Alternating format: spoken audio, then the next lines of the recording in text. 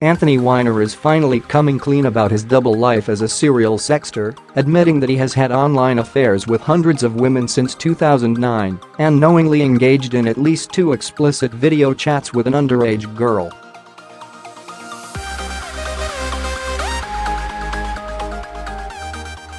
He also says he should avoid jail time because he became a national pariah after the FBI investigation into his sexting prompted the Bureau to reopen its investigation into Hillary Clinton's private email server just days before the presidential election.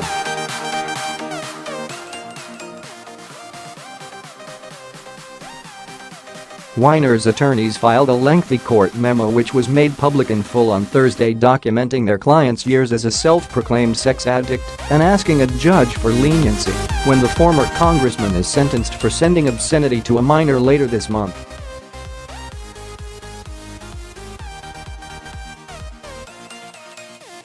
In the memo, Weiner says he should be sentenced to probation, not prison time, because he has already faced severe extrajudicial punishment and national disgrace after his case damaged Hillary Clinton's presidential campaign last year.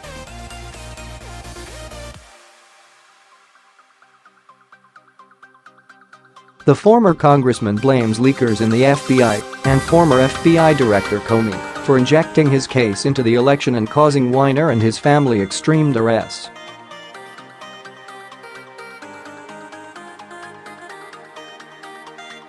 Weiner has already been punished in a meaningful way by the government, just not in a judicially sanctioned manner, said the memo.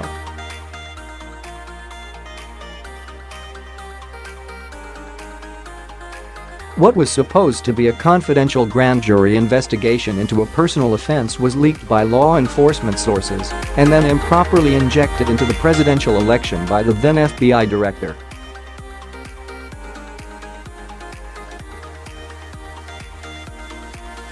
The memo also quoted several of his therapists who said he appears to be working hard on treatment and does not seem likely to re-offend.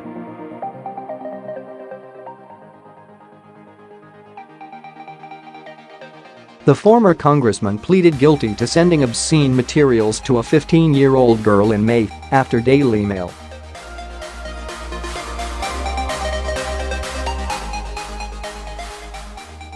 First reported on his sexting relationship with the teenager last September. Prosecutors have requested that he serve between 21 and 27 months in prison. Weiner's attorneys counter that he should be sentenced to probation instead.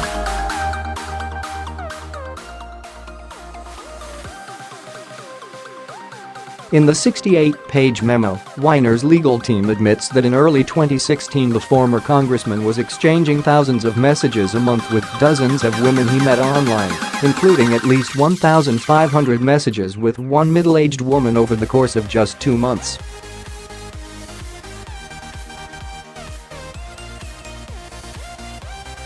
The document also acknowledges that he had at least 2 explicit Skype conversations with the 15-year-old girl in February of 2016, 1 explicit Snapchat session, and 1 explicit text exchange.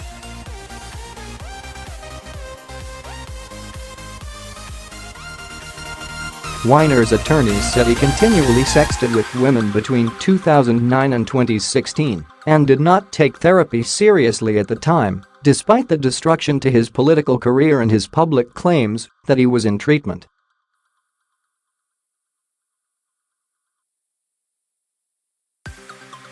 The scale of his sexting means that the images which have emerged, one of him in bed in a state of arousal with his son beside him, hardly qualify as even the tip of the iceberg.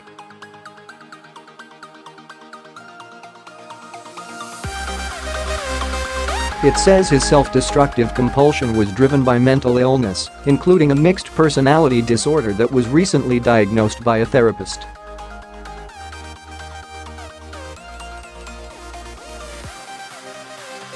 Weiner's memo also describes the 15-year-old girl as a manipulative fame seeker, writing that she baited Weiner into exchanging sexual messages with her because she wanted to influence the U.S.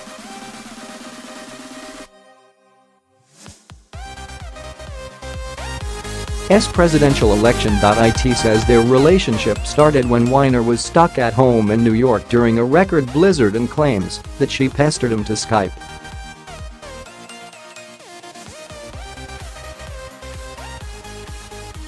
While the FBI quietly corrected this testimony, days that damage had already been done, prompting calls to investigate Anthony and his wife that continued to this day, said the memo.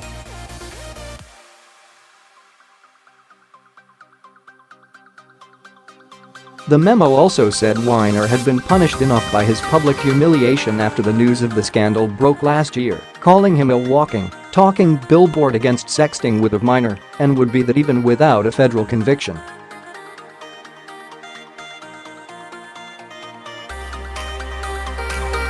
A period of incarceration is not necessary to deter the public from following in Anthony's footsteps.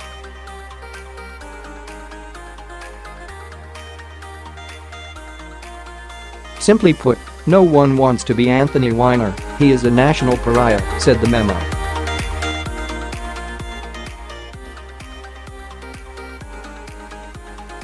Since his communications with the underage girl have become public, Anthony has been the subject of widespread public flogging and even a death threat in the popular media.